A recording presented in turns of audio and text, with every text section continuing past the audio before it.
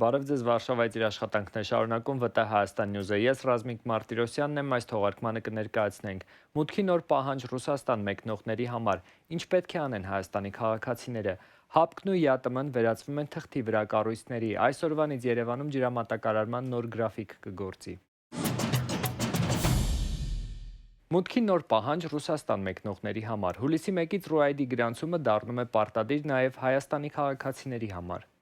Ռուսաստան մուտք գործելու համար քաղաքացիներից այսուհետ պահանջվելու է նախապես գրանցվել RUAID-ի միասնական համակարգում։ Ուղևորությունից առաջ անհրաժեշտ է ներբեռնել RUAID-ի պաշտոնական հավելվածը և լրացնել համապատասխան հայտը։ Կանոնակարգի համաձայն մուտքի թույլտվության հարցում պետք է ուղարկել սահմանը հատելուց նվազագույնը 72 ժամ առաջ, առավելագույնը 90 օր շուտ։ Բացառիկ ու արտակարգ իրավիճակներում, ինչպիսիք են մերձավոր ազգականի ծանր հիվանդությունը կամ մահը, հայտը թույլատրվում է ներկայացնել մեկնումից մինչև 4 ժամ առաջ։ Ի դեպ, Ռուսաստանի կառավարությունը կարգադրել է հուլիսի 1-ից փակել մի շարք երկաթուղային անցակետեր Լատվիայի, Ֆինլանդիայի և Էստոնիայի հետ պետական սահմանին։ Ռուսաստան մեկնողների համար ներկայացվող նոր պահանջի մանրամասների, գրանցման կարգի և կարգավորման նպատակների վերաբերյալ կզրուցենք Հայկական Կարիտաս կազմակերպության միգրացիոն ծրագրի փորձագետ Տաթևիկ Բեժանյանի հետ։ Տիկին Բեժանյան, այսօրվանից Ռուսաստան մեկնողների համար RUAID-ի գրանցումը դառնում է պարտադիր, ինչ է սա ենթադրում, ինչ պետք է անեն Ռուսաստան մեկնող քաղաքացիները։ RUAID-ի համակարգը վերաբերվում է 6 տարեկանից բարձր բոլոր օտարերկրացիների, բացառությամբ Բելարուսի քաղաքացիների և դիվանագիտական անձնագիր ունեցողների։ Մնացած բոլորը, անկախ այցի նպատակից, Ռուսաստան մեկնելուց առնվազն 72 ժամ առաջ պետք է RUAID-ի հավելվածում գրանցեն իրենց տվյալները և QR կոդ ստանալու պարագայում միայն կարող են մուտք գործել Ռուսաստանի Դաշնություն։ Այս որոշումը ընդունվել է դեռևս անցյալ տարի, և 2025-ի հունիսի 30-ից հայտարարում էին, որ այն պետք է պարտադիր կիրառվի, բայց համակարգը որոշ խափանումներ տվեց, ինչի համար Ռուսաստանի Դաշնության իշխանությունները որոշեցին, որ համակարգը 1 տարի կիրառվի կամավորության սկզբունքով և 26 թվականի հունիսի 30-ից այն կդառնա պարտադիր։ Հիմա արդեն այն պարտադիր է, բայց ցավոք սրտի էլի ոչ բոլորին է հաջողվում RUAID-ով կամ գրանցվել կամ ստանալ QR կոդ կամ որևէ պատասխան։ Ինչու, այսինքն տեխնիկական խնդիրներ կան դեռ։ Ես կարծում եմ ոչ միայն տեխնիկական խնդիրներ, այլ տեխնիկական խնդիրներ կան, որտեղ RUAID-ի համակարգը ինչքանով է լավ, ինքը միանգամից ցույց է տալիս, եթե անձը ունի որևէ խախտում կամ նրա մուտքը փակել դեպի Ռուսաստանի Դաշնություն։ Իրենք դրա մասին նախապես են տեղեկանում և էլ չկա անհրաժեշտություն ուրեմն տոմս գնել, գնալ հասնել Ռուսաստանի Դաշնություն և սահմանից նրանց վերադարձնել։ Իրենք արդեն մինչ մեկնելը տեղյակ են լինում, որ իրենց մուտքը փակ է և չեն մեկնում Ռուսաստանի Դաշնություն, բայց ցավոք ունենք դեպքեր, երբ մարդիկ օրերով չարչարվում են, ամբողջ համակարգը լրացնում են, համակարգը ցույց է տալիս, որ բարեհաջող տվյալները ներբեռնվել են, բայց 72 ժամներ է անցնում և իրենք որևէ պատասխան չեն ստանում։ Չեն ստանում QR կոդ և չեն ստանում, որ իրենց մուտքը փակ է և իրենք չեն կարող մուտք գործել Ռուսաստանի Այդ դեպքում ինչ պետք է անեն քաղաքացիները, այսինքն եթե սա համակարգի խնդիրն է։ Փորձեն մինչև կարողանա ստացվի, որովհետև եթե դա պարտադիր է, ապա այդ տարբերական անընդհատ փորձել որ ստացվի, իրենք այս բանը չունեն։ Եթե այլ որոշում մոտակա մի քանի օրվա ընթացքում Ռուսաստանի Դաշնությունը չընդունի։ Իսկ ինչպես են պաշտոնապես բացատրում այս փոփոխությունները, այսինքն ինչ անհանգստություններ կան։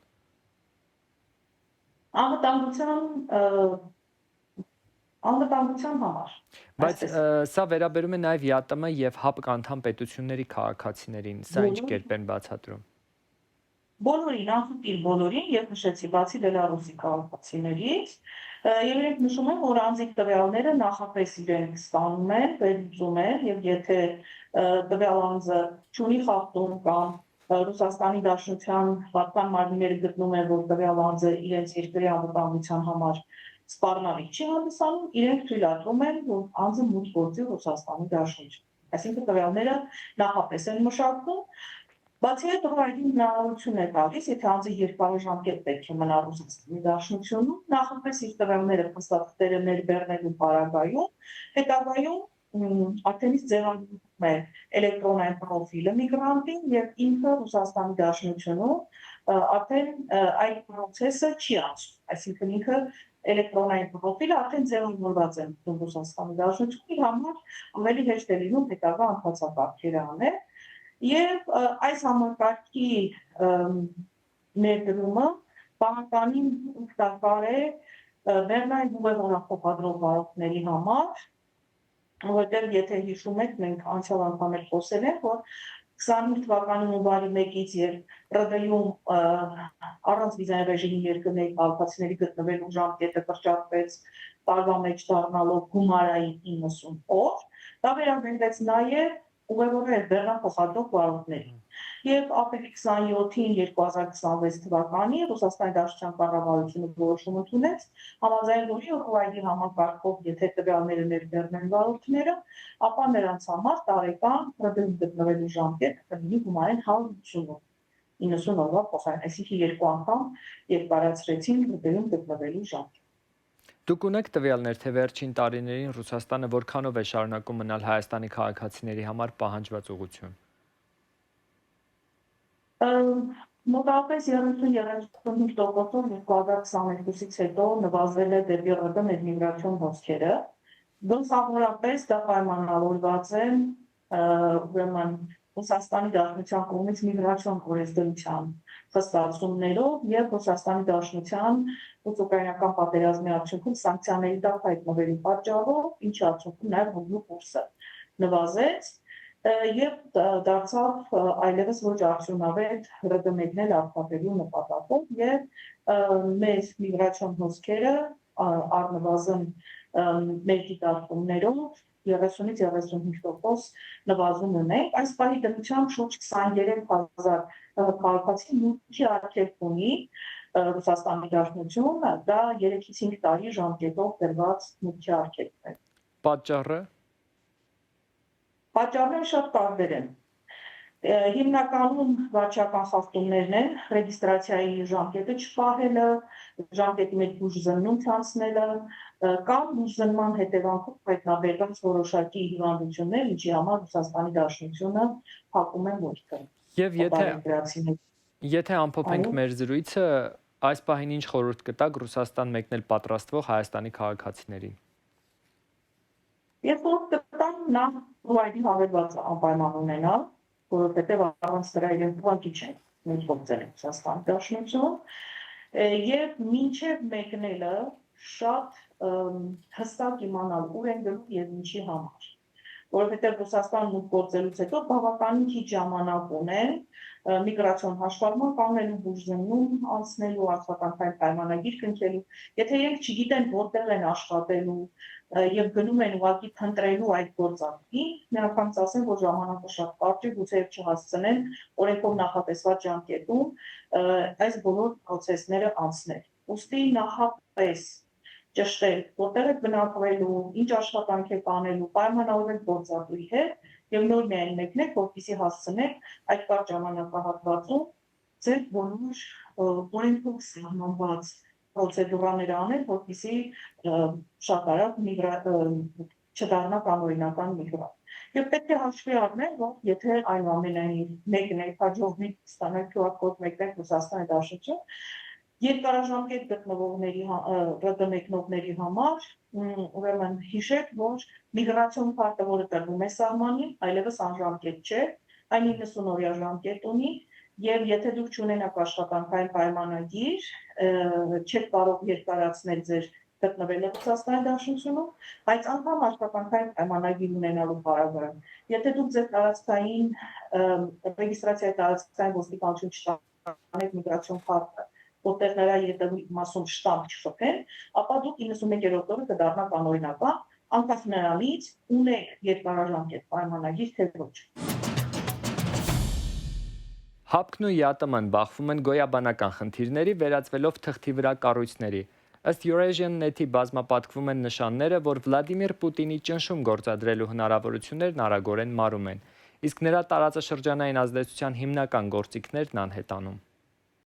Ուկրաինական անօդաչու թռչող սարքերը ոչ միայն լուրջ խնդիրներ են ստեղծում ռուսական զորքերի համար, այլև վերլուծաբանների գնահատմամբ կարող են վտանգի տակ դնել Մոսկվայի գլխավորած հավաքական անվտանգության պայմանագրի կազմակերպության միասնականությունը։ Իսկ Հայաստանում վարչապետ Նիկոլ Փաշինյանի վերընտրությունն ավելի են գծում Ռուսաստանի գլխավորած Եվրասիական տնտեսական միության թուլություններն ու արդյունավետության վերաբերյալ կասկածները։ Փաշինյանը, որը ցանկանում է ինտեգրել Հայաստանն արևմտյան քաղաքական եւ տնտեսական ինստիտուտներին, կարծես թե մտադիր է ԵԱՏՄ-ն անդունդը գլորել։ Ռուսաստանն արգելքներ է սահմանել հայկական մի շարք սննդամթերքի ներմուծման համար, պնդելով, որ դրանք չեն համապատասխանում որակի վերահսկողության չափանիշներին։ Հայ պաշտոնյաները պնդում են, որ երկիրը նոր շուկաներ է գտնում ապրանքների համար, եւ այդ նոր հաճախորդները որակի վերահսկողության հետ կապված որևէ մտահոգություն չունեն։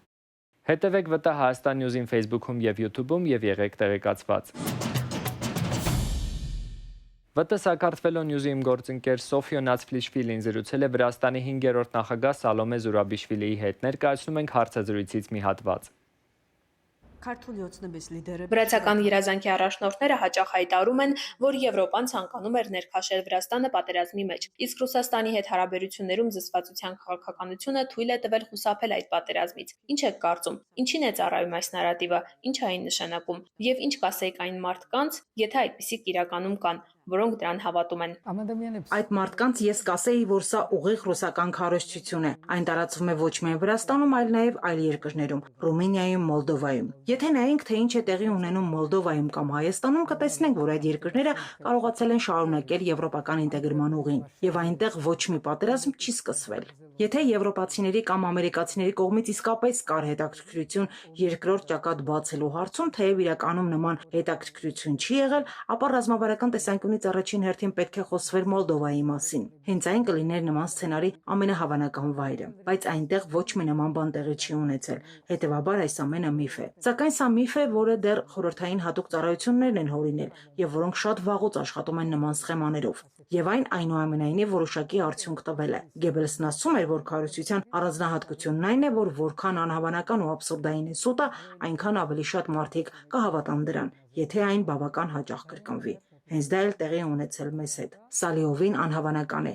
Երկիր, որը 1801 թվականից ապրում է ռուսական օկուպացիայի ներքո, որը բազմիցս դարձել է ագրեսիայի ամբողջ երկրի եւ առանձին տարածքների օկուպացիայի զոհ, հանկարծ սկսում է հավատալ, որ Ռուսաստանը չի ցանկանում պատերազմ եւ խաղաղասեր պետություն է, եւ միևնույն ժամանակ դադարում է վստահել իր գործընկերներին, որոնք երկար տարիներ օգնել են կառուցել ժամանակակից Վրաստանը, նրա պետական ինստիտուտները, առողջապահական համակարգը, կրթությունը։ Պետական իշխանության ներկայացուցիչները հաճախ զուգահեռներ են անցկացնում Եվրամիության եւ Ռուսաստանի միջև, պնդելով, որ եւ մեկը եւ մյուսը չեն ճանաչում Վրաստանի ինքնիշխանությունը։ Ձեր կարծիքով որքանով է վտանգավոր նման նարատիվը։ Վտանգը հենց այդ, ես կասեի, պարզունակ քարոզչությունը չէ։ Վտանգը առաջանում է այն ժամանակ, երբ ինչ-որ մեկը սկսում է դրան հավատալ, երբ դադարում են տեսնել դրա ակնհայտ աբսուրդը։ Այն երկրները, որոնց մասին խոսում էի, երկար տարիներ օգնել են Վրաստանին։ Ես նույնիսկ այլևս չեմ հիշում, թե քանի միլիարդ դոլար են ներդրել մեր երկրում Միացյալ Նահանգները եւ Եվրոպան։ Արդյոք որևէ մեկը նրանցից զավթել է մեր տարածքի թեկուզ 1 քառակուսի մետրը կամ օկուպացրել է դրա որևէ մասը։ Ես նման բան չեմ հիշում։ Իսկ Ռուսաստանը, որը ամեն օր ոչնչացնում է այն ամենը, ինչ կազմում է մեր ինքնությունը, փորձում է ոչնչացնել մեր էությունը։ Մենք գիտենք, թե ռուսական իշխանությունները ինչ են արել մեր եկեղեցիների հետ, եւ դա այն դեպքում, երբ նրանք իրենց անվանում են մեր եղբայրները։ Հետևաբար այս մասին խոսել տրամաբանության տեսանկյունից այսօր հնարավոր չէ։ Սա արդեն քարոզչության այլ կատեգորիա է։ Այն հիմնված է որոշ տեխնոլոգիաների վրա։ Նույն նարատիվը կարելի է անընդհատ կրկնել, տարածել ոչ միայն ուղղակի հայտարարությունների միջոցով, այլ նաև տեղեկատվական դաշտում տարբեր եղանակներով։ Այսօր, երբ այդ գործընթացում ավելի ու ավելի ակտիվորեն ներգրավում է արհեստական բանականությունը, վտանգն էլ ավելի է մեծանում։ Արդեն դժվար է հասկանալ որտեղ է ճշմարտությունը եւ որտեղ սուտը, եւ ցանկացած սուտ կարելի է տարածել այնպես, որ այն համոզիչ թվա։ Ընդ որում հասարակության զգալի մասի համար։ Հետևաբար մեր պարտքն է պահպանել զգոնությունը, մտածել եւ քննադատաբար ընկալել տեղի ունեցողը։ Հենց դա էլ իմ կարծիքով փորձում են ոչնչացնել մի կողմից վրացական երազանքը, մյուս կողմից Ռուսաստանը, ազատ մտածողությունը, հետևաբար նաեւ ազատությունը որպես այդպիսին։ Ցանկանում եմ հարցնել ձեզ այն վտանգի մասին, որի առջև այսօր կանգնած է վրացական հասարակությունը։ Եթե վրացական երազանքի քաղաքականությունը արևմուտքի նկատմամբ շարունակվի նույն ուղղությամբ, որքանով է իրական այն ռիսկը, ռիսկը, որ վերջնական արդյունքում կպարտվի հենց վրացական հասարակությունը։ Մասամբ հասարակությունն արդեն դարձել է այս քաղաքականության զոհը։ Բավական է հիշել կրթության ոլորտում ստեղծված իրավիճակը, երբ մեզ դուրս բերեցին Բոլոնիայի գործընթացից եւ այն միջազգային համագործակցության մեխանիզմներից, որոնք երիտասարդները շատ արդյունավետ էին օգտագործում Եվրոպայի հետ սերտ կապերը պահպանելու համար։ Փաստացի Վրաստանն արդեն եղել է միասնական եվրոպական կրթական տարածքի մաս։ Դա առաջին համաեվրոպական տարածքն էր, որի մեջ մենք մտել էինք եւ հենց այնտեղից էլ մեզ դուրս բերեցին։ Դա արեց Վրաստանի կառավարությունը եւ ոչ թե ուրիշը։ Եվրամիությունը ոչ մի ծրագրի դադարեցում այդ ոլորտում չի իրականացրել։ Արդեն միայն սա նշանակում է, որ հասարակությունը դարձել է այդ քաղաքականության զոհը։ Ինչ վերաբերում է առանց վիզայի ռեժիմի հնարավոր չեղարկմանը, ես դրան չեմ հավատում։ Այսօր, երբ հունգարական վետոն այլևս չկա, Եվրամիությունն ունի բազմաթիվ այլ գործիքներ Վրաստանի ղեկավարությունը ցույց տալու իր դժգոհությունը առանց հետևանքները բնակչության վրա տեղափոխելու։ Անձամբ ես կտրականապես դեմ եմ քաղաքացիների համար առանց վիզայի ռեժիմի չեղարկմանը։ Դա կլիներ եւս մեկ քայլ դեպի մեկուսացում։ Ես համոզված եմ, որ մենք հակառակը պետք է աշխատենք մեր գործընկերների հետ Եվրամիությունում մեկուսացումը թույլատնելու ուղղությամբ, ոչ թե ուժեղացնելու։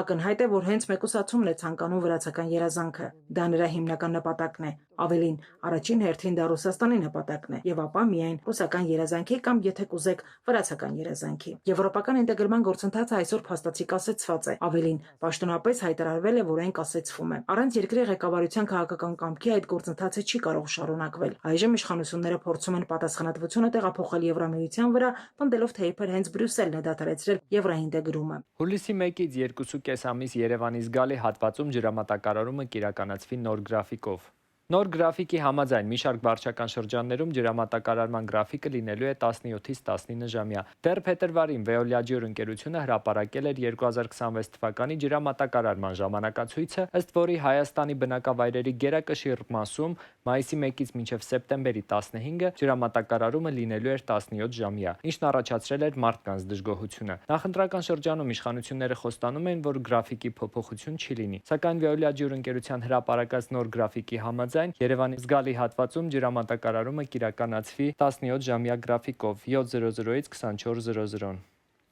Չինական կայքերից էժան փոստային առաքումների ժամանակաշրջանը կարծես թե մոտենում է ավարտին։ Թեմոյից եւ AliExpress-ից ապրանքները տարիներ շարունակ գրեթե առանց մաքսատուրքերի մուտք էին գործում Եվրոպա։ Հիմա Եվրամիությունը փոխում է կանոնները։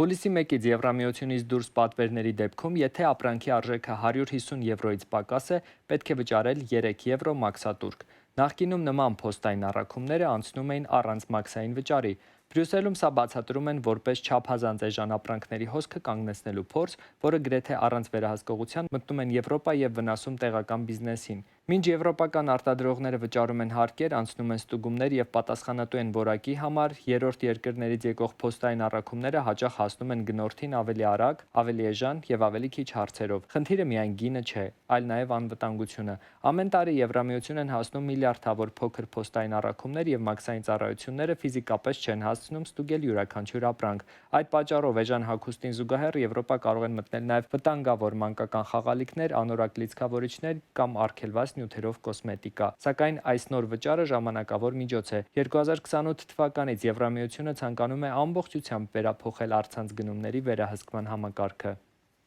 Այս թողարկման համար նախատեսել էինք այսքանը։ Հետևեք մեզ ՎՏՀ Հայաստան Նյուզի Facebook-յան եւ YouTube-յան հարթակներում, որպեսզի բաց չթողնեք օրվա կարևոր նորությունները։